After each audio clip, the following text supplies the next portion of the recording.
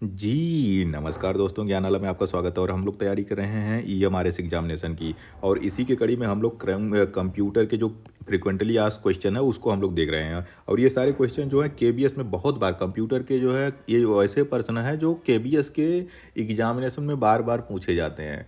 और यही उम्मीद हम कर रहे हैं कि यही एग्जाम में भी ऐसे ही क्वेश्चंस ईएमआरएस में भी पूछे जाएंगे। 20 क्वेश्चन हम लोग इससे पहले 10-10 का सेट हम लोगों ने देख लिया कंप्यूटर के। जिसने वो वीडियो नहीं देखा है वो यहाँ पे आई बटन से भी देख सकते हैं, डिस्क्रिप्शन बॉक्स में भी उसका लिंक दिया गया। हम लोग क्या करेंगे, जो हम लोगों ने इससे पहले 20 क्वेश्चन पढ़े हैं उसका फटाफट मतलब 2 से 3 मिनट में पूरा रिवीजन करेंगे। और आज का ये जो 10 क्वेश्चन है इसकी फिर जाके हम लोग बाद में प्रैक्टिस करेंगे। ज़्यादा समय नहीं लगेगा, तो चलिए शुरुआत करते हैं। फटाफट रिवीजन करेंगे 20 क्वेश्चन का और 10 क्वेश्चन की प्रैक्टिस करेंगे। चलिए शुरू करते हैं। पहला क्वेश्चन वही था।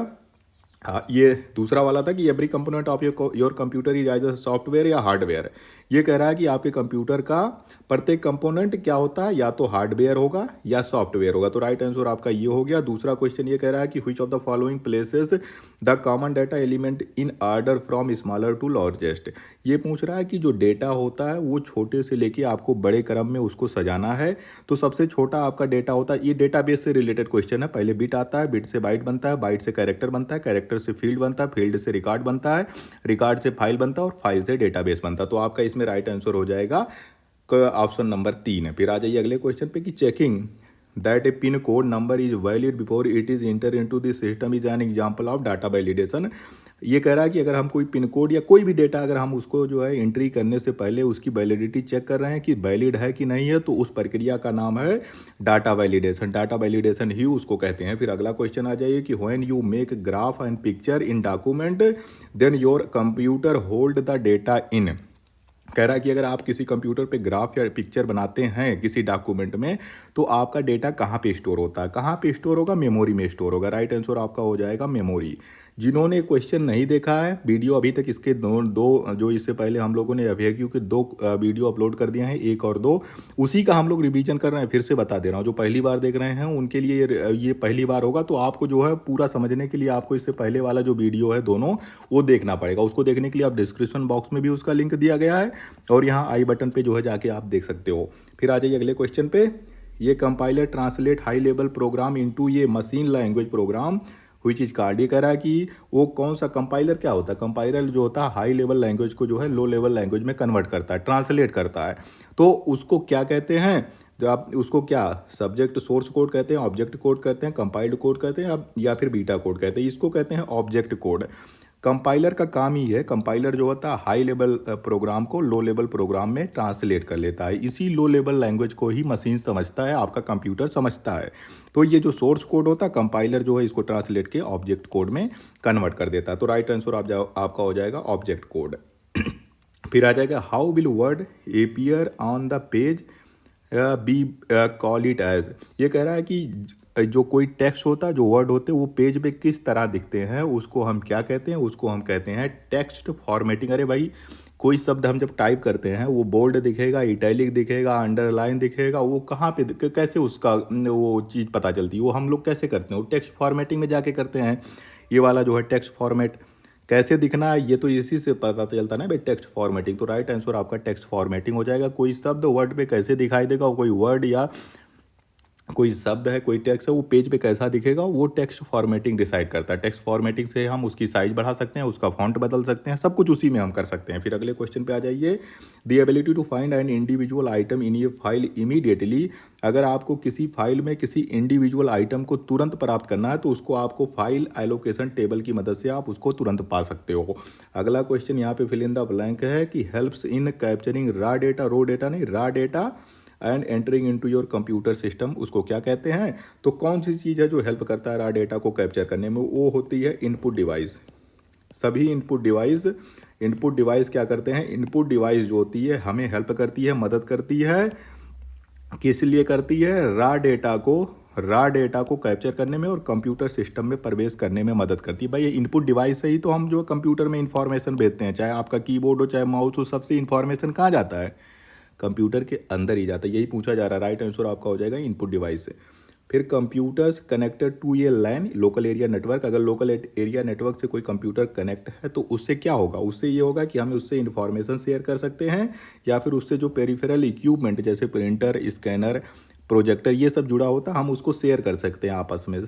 तो लैन का यही काम है। लैन मतलब लोकल एरिया नेटवर्क किसी बिल्डिंग या किसी छोटे एरिया के लिए बनाया जाता है। ये एक तरह का नेटवर्क है जिसमें जो होता है कंप्यूटर को आपस में, मान लीजिए एक बिल्डिंग में जो है 10 कंप्यूटर लगे हुए हैं तो 10 कंप्यूटर को आपस में जोड़ दिया जाता है तो उसको लैन कहेंगे।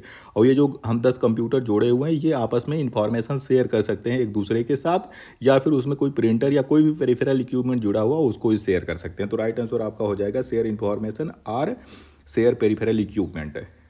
Title bar, ribbon, status bar, views and document, work space are factor program of the word.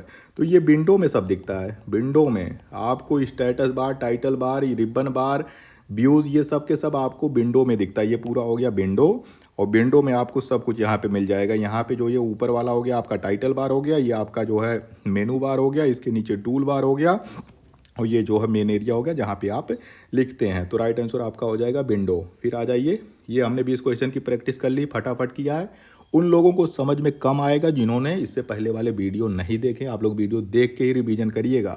चलिए दूसरा वाला सेट देखते हैं, दूसरे की रिवीजन करते हैं। ये कह रहा है कि which of the following is not a common feature of software application. Software application का कॉमन फीचर क्या नहीं है ये पूछा जा रहा। नहीं को अंडरलाइन कर दीजिए। मेनू, विंडोज़, हेल्प या सर्च। अरे किसी भी को एप्लीकेशन सॉफ्टवेयर ले लीजिए, उसमें मेनू तो होगा ही, मेनू बार तो होगा ही, लगा ही होगा।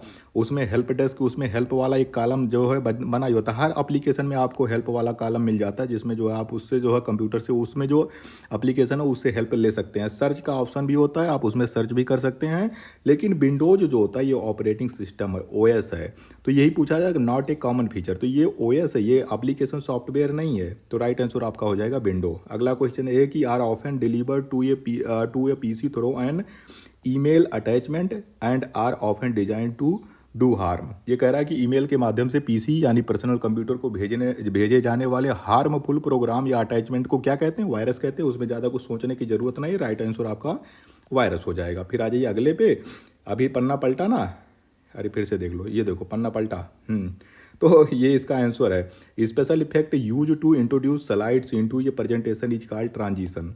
एक स्लाइड से दूसरे स्लाइड में जाने के लिए जो इफेक्ट यूज होता है उसका नाम है ट्रांजिशन। तो आपका राइट आंसर हो जाएगा संक्रमण या ट्रांजिशन। ये स्लाइड प्रेजेंटेशन जो हम लोग जो है पीपीटी बनाते हैं उसमें यूज होता है। एक स्लाइड से दूसरे स्लाइड में जाने के लिए हम जिस इफेक्ट का यूज करते हैं उसका नाम है ट्रांजिशन।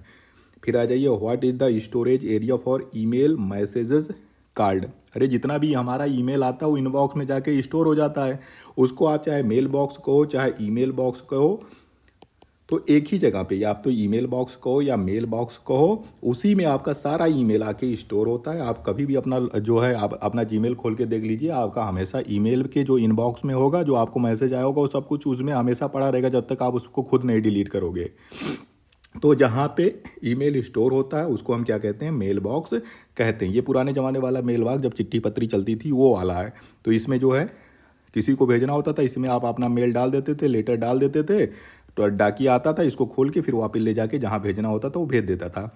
ये पुराना वाला सिस्टम हो गया। ईमेल के ज़माने में जो होता है ईमेल बॉक्स चलते हैं। ईमेल बॉक्स में आपका पूरा ईमेल ये आपका जो है उसमें जो है स्टोर होता है। अगला क्वेश्चन जो है हम लोग रिवीजन करते हैं। Are graphical object use to represent commonly used application. ये पूछ रहा है कि जो आमतौर पर यूज किए जाने वाले एप्लीकेशन का जोग्राफिकल फिगर होता है, जो इमेज होता है, उसको क्या कहते हैं, उन सबको आइकन कहा जाता है। ये सब आइकन्स हैं। आइकन्स पे आप क्लिक करिए। हम लोग डेस्कटॉप पे आइकन बनाते हैं ना, आपके कंप्यूटर में भी बहुत सारे आइकन्स बने हुए हैं। सब चीज़, हर जितने ऐप होते हैं सबका आइकन होता है। इसी आइकन पे आप किसी को फेसबुक खोलना है, इस आइकन पे क्लिक करिए, आपका फेसबुक खुल जाएगा। आप जिसको भी खोलना चाहते हैं उस पर क्लिक करिए। तो ये जो ग्राफिकल ऑब्जेक्ट होता है उसको हम क्या कहते हैं, उसको आइकन्स कहा जाता है। कंप्यूटर क्या करता है, सेंड और रिसीव करता है data in the form of signals. किस सिग्नल में यूज डेटा रिसीव और वो करता है, सेंड करता है, डिजिटल फॉर्म में, क्योंकि एनालॉग कंप्यूटर खत्म हो गया, अब सब तो डिजिटल कंप्यूटर चलता है। तो कंप्यूटर चाहे कोई भी डेटा भेजना हो या रिसीव करना हो, वो डिजिटल सिग्नल के फॉर्म में ही भेजता और रिसीव करता है। अगला क्वेश्चन, ये desktop computer is also known as PC या पर्सनल कंप्यूटर कहा जाता है। इसमें कुछ नहीं है, हम लोग जानते हैं कोई भी डेस्कटॉप हो उसको पीसी या पर्सनल कंप्यूटर के नाम से भी जाना जाता है। In any window maximize button, minimize button, या क्लोज बटन कहाँ पे दिखता है? सबसे ऊपर होता है टाइटल बार। टाइटल बार में ये देख लीजिए, सबसे क्लोज जो दाहिने तरफ है ये हो गया क्लोज करने का, ये हो गया मैक्सिमाइज बटन और ये हो गया मिनिमाइज करने के लिए। अगर आपको इसको मिनिमाइज करके छोटा करना है तो मिनिमाइज करोगे, अगर इसको बड़ा करना है आपको पूरे विंडो को तो आपको मैक्सिमाइज करोगे, अगर क्लोज करना है तो लाल वाला दबा दोगे। ये तो दिखता है किस में दिखता है भाई? ये टाइटल बार में सबसे ऊपर दिखता है। राइट आंसर आपका टाइटल बार हो जाएगा। When a file contains instruction that can be carried out by computer, it is often called executable files। ये कह रहा है कि ना भाई ऐसा कोई भी फाइल या ऐसा कोई इंस्ट्रक्शंस जो कंप्यूटर जो है उसको समझ सकता है, उसको जो है उस पर इंस्ट्रक्शंस को फॉलो कर सकता है, उससे जो काम करवाना है वो करा सकता है, ऐसे फाइल को हम क्या कहते हैं? Executable file. Dot E file या डॉट बैट फाइल, ये सारे ऐसे फाइल होते हैं जो एग्जीक्यूटेबल होते हैं, जिसको कंप्यूटर जो होता है एग्जीक्यूट कर सकता है, तो इसको ऐसे फाइल को एग्जीक्यूटेबल फाइल्स कहा जाता है। Documents converted can be publish on web. कोई भी डॉक्यूमेंट अगर आपको जो है वेब पे पब्लिश करना तो उसको आपको HTML में कन्वर्ट करना पड़ेगा, HTML फाइल में कन्वर्ट करना पड़ेगा। HTML का क्या मतलब होता है? Hyper text markup language.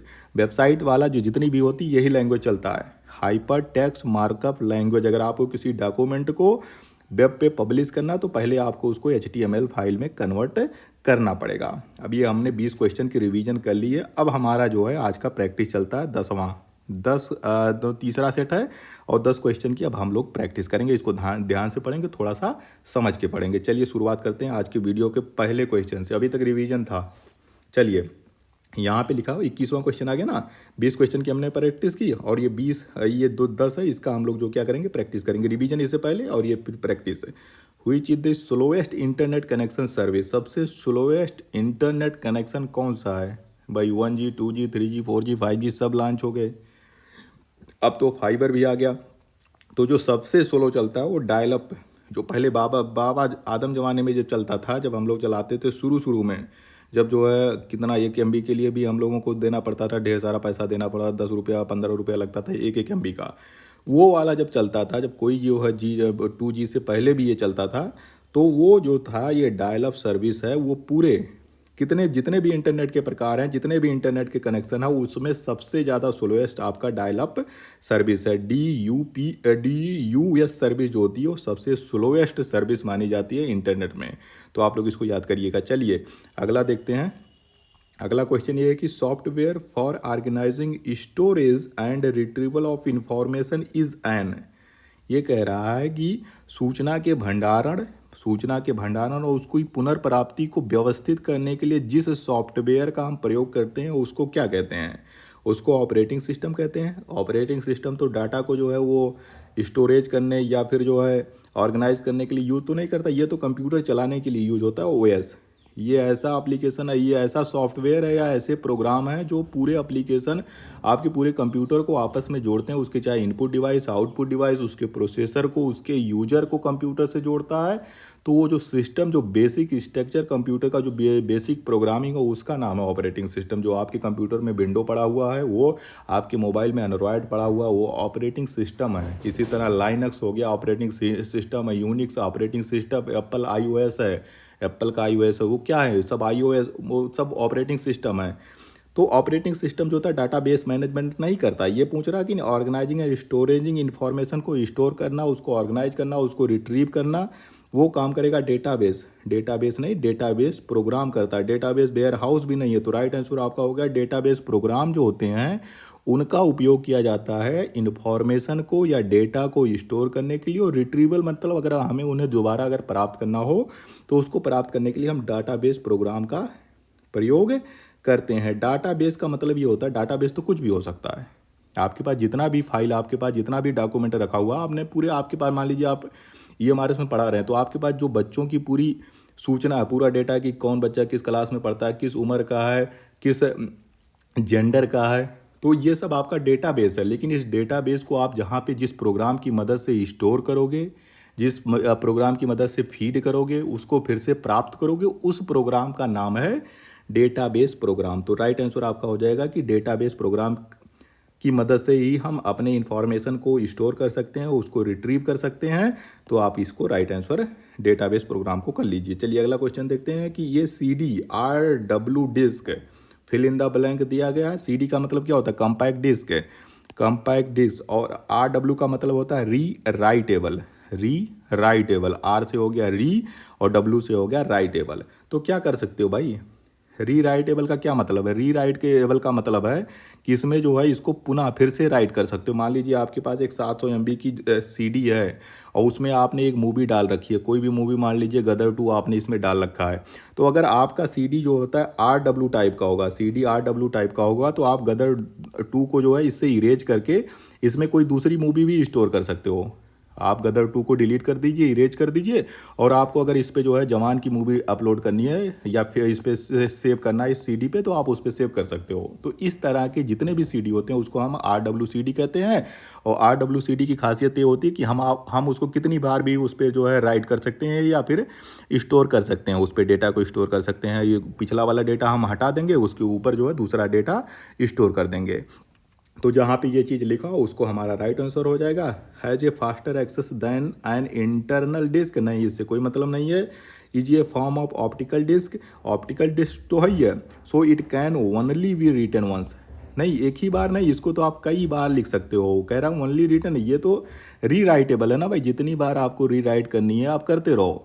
अगर रीड ओनली होता तो सिर्फ आप एक बार राइट कर सकते हो, रीड ओनली होता तो सिर्फ एक बार। जैसे रोम जो हो गया रीड ओनली हो गया, मतलब अगर वो हो गया रीड, उस पर लिखा होगा रीड ओनली हो गया, तो सिर्फ आप उसको रीड कर सकते हो, उस पर राइट नहीं कर सकते हो। फिर यहाँ पे हो गया hold less data than floppy disk, नहीं फ्लॉपी डिस्क से ज़्यादा डेटा आता। फ्लॉपी डिस्क कितना स्टोर करता है? 1.4 MB के आसपास, उसी के क्रम में जो होता है बहुत ज़्यादा, जो 2-3 MB जो है स्टोर होता है फ्लॉपी डिस्क में। ये तो 700 MB या उसके आसपास जो है CD में स्टोर होता है। It can be erased and re written, तो राइट आंसर यही होता ना भाई। आप इसको, इसमें जो भी डेटा होगा आप उसको इरेज कर सकते हो और उस पर फिर से आप जो होता है री राइट उस पर कर सकते हो।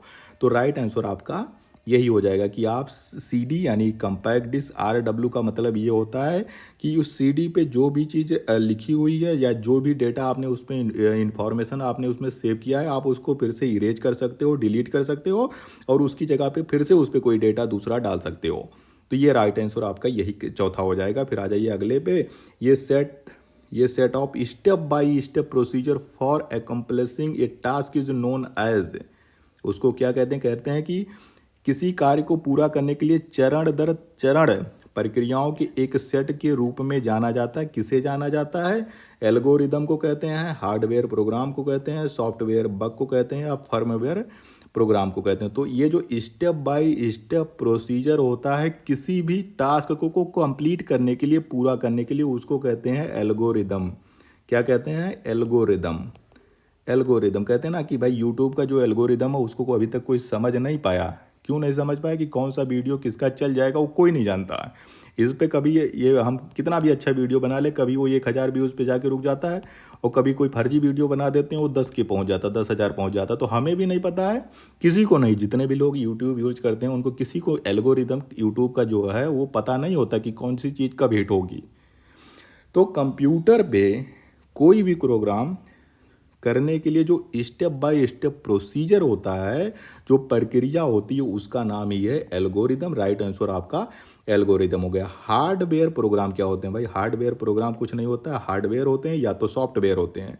उसके बाद सॉफ्टवेयर बग, बग वो चीज़ होती है जो कहीं पे कोई प्रोग्रामिंग में कोई कमी होती है, उसको बग कहा जाता है। फर्मवेयर जो कंप्यूटर के साथ बने बनाए आते हैं। तो आपका राइट आंसर हो जाएगा एल्गोरिदम। एल्गोरिदम ही वो प्रोसीजर होता है, वो प्रक्रिया होती है जिससे हम किसी काम को कर सकते हैं। चलिए अगला चीज़ देखते हैं। अगला क्वेश्चन ये है कि ये field that uniquely identifies which person think यार इवेंट रिकॉर्ड डिस्क्राइब इज, उसको क्या कहते हैं? ये पूछ रहा है कि एक फील्ड जो विशिष्ट रूप से पहचानती है कि किस रिकॉर्ड में किस व्यक्ति, चीज़ या घटना का वर्णन करती है, उसको हम क्या कहते हैं? तो हम किसी, मतलब यूनिकली, आप देख लीजिए यूनिक क्या होती है?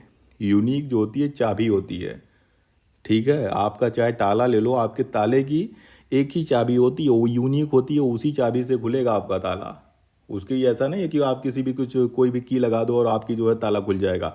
तो किसी यूनिक, अगर मान लीजिए आपके पास पूरी फील्ड है, पूरी फाइल है, तो उसमें किसी पर्सन को, किसी विशेष व्यक्ति को, किसी विशेष इवेंट को अगर हमें रिकॉर्ड करना, उसको आइडेंटिफाई करना, तो हमें उसकी की होनी चाहिए। अगर वो की हमें पास होगी तभी हम जाके जो है उस पर्सन, थिंग या इवेंट को आइडेंटिफाई कर सकते हैं। तो आप जहाँ पे भी इसमें की लिखा हो आपका राइट आंसर हो जाएगा। फाइल से कोई मतलब नहीं, फाइल से आप आइडेंटिफाई नहीं कर पाओगे, क्योंकि यूनिक आइडेंटिफिकेशन नहीं दे पाओगे कि भाई यही पर्सन है, यही थिंग्स है, यही इवेंट है। डेटा तो सब कुछ होती है, फील्ड नहीं है। फील्ड में ही पूछ रहा है कि किसी फील्ड में कोई व्यक्ति है, कोई चीज़ है, उसको आपको कैसे आइडेंटिफाई करोगे, उसके लिए आपको की ज़रूरत पड़ेगी। उस पूरे रिकॉर्ड को जो डिस्क्राइब करता है उसका नाम है की। अगर आपको किसी फील्ड में किसी यूनिक व्यक्ति को, किसी थिंग को या इवेंट को आपको रिकॉर्ड में खोजना है तो उसको आपको चाहिए की। तो राइट आंसर आपका हो जाएगा की। फिर आ जाइए अगले क्वेश्चन पे। Which of the following is not true about RAM. Not true, not को पहले अंडरलाइन करो, गलती वलती नहीं करना है, वो कोई चांस ही नहीं है गलती करने का ये हमारे इसमें। तो नॉट को अंडरलाइन कर दिया। तो रैम के बारे में क्या चीज़ सही नहीं है। रैम का क्या मतलब होता है भाई, रैंडम एक्सेस मेमोरी। दो ही मेमोरी होती है मेन मेमोरी, एक तो रोम हो गई रीड ओनली मेमोरी, और एक हो गई रैम। रैम मतलब random access memory, random access memory हो गई, ठीक है। दोनों में क्या अंतर होता है, दोनों में थोड़ा थोड़ा डिफरेंस है। कई बार रैम रोम पूछा ही जाता है। RAM is a temporary memory, ठीक है, टेम्परेरी होता है। रैम टेम्परेरी मेमोरी होती है, रोम परमानेंट मेमोरी होती है। RAM is same as hard disk storage. Hard disk storage की तरह सेम होता है? नहीं, गलत है ये। रैम इज वोलाटाइल, हाँ रैम वोलाटाइल होता है। रोम जो होता है नॉन वोलाटाइल होता है। रैम जो होता है, रैम आपका वोलाटाइल होगा, और रोम जो होता है नॉन वोलाटाइल होता है। वोलाटाइल का मतलब होता है जो मेमोरी उड़ जाती है। वोलाटाइल का वैसे ही मतलब होता है उड़ जाना। मान लीजिए आपने इत्र की कोई बोतल, सेंट की कोई बोतल खोल दी है, तो वो वोलाटाइल होता है, तो हवा में उड़ जाएगा। कुछ समय बाद उसमें शीशी में आपके कुछ नहीं बचेगा। क्यों? क्योंकि सारा कुछ तो उड़ गया ना, वोलाटाइल हो गया। इसी को कहते हैं वोलाटाइल। वोलाटाइल मेमोरी का मतलब होगा कि अगर आपने उस मेमोरी में कोई चीज़ डाली है, जैसे ही कंप्यूटर स्विच ऑफ होगा, उस पर जितना भी डेटा स्टोर होगा वो सबका सब उड़ जाएगा, इरेज हो जाएगा, डिलीट हो जाएगा। फिर वो फ्रेश हो जाता है। आपको फिर से जो फिर नया डेटा, जैसे कंप्यूटर शुरू होगा फिर उस पर नया डेटा आएगा जो आप काम करोगे। तो ये होता है रोम। वो होता है रैम, जिस पे डेटा उड़ जाता है उसको कहते हैं रैम, और जिस पे परमानेंट स्टोर होता है उसको कहते हैं रोम। फिर यहाँ पे चौथा लिखा हुआ है, information stored in RAM is given, मतलब is gone when you turn the computer off. हमने इसे कहा ना भाई, रैम वोलाटाइल है, और वोलाटाइल का मतलब है कि जैसे ही कंप्यूटर स्विच ऑफ हुआ, रैम पे जितना भी डेटा होता है वो सब उड़ जाता है, गायब हो जाता है, डिलीट हो जाता है। तो ये भी सही है रैम के बारे में। रैम टेम्परेरी स्टोरेज एरिया है, ये भी सही है। रैम जो है वोलाटाइल होता है, ये भी सही है। जो चीज़ रैम यहाँ पे लिखा है इसका अपोजिट होता है रोम। ये रैम जो होता है टेम्परेरी है, तो रोम जो होता है परमानेंट मेमोरी होती है, मतलब उसमें एक बार आप स्टोर कर देंगे तो पड़ा रहता है। रैम जो होता है वोलाटाइल होता है, रोम जो होता है नॉन वोलाटाइल होता है। मतलब उस पर आप चाहे स्विच ऑफ करो कंप्यूटर को, चाहे ऑन करो, उस पर अगर आपने कोई चीज़ स्टोर कर दी है तो वो स्टोर रहेगी जब तक आप उसको स्वयं ना डिलीट करो। फिर चौथा कह रहा है कि information store in RAM is gone when your computer is turn up. जी हाँ, इसमें रैम में जो है, कंप्यूटर में जो भी आपने रैम में स्टोर किया होगा डेटा, वो जो जैसे ही कंप्यूटर स्विच ऑफ होगा वो सारा का सारा डेटा डिलीट हो जाता है। रोम के साथ ऐसा नहीं होता है। रोम के साथ चाहे आप स्विच ऑफ रखो चाहे टर्न ऑफ रखो, जो डेटा उसमें सेव है वो सेव हमेशा रहेगा। ये जो चीज़ कही है यार, RAM is same as hard disk. Hard disk वो परमानेंट मेमोरी होती है।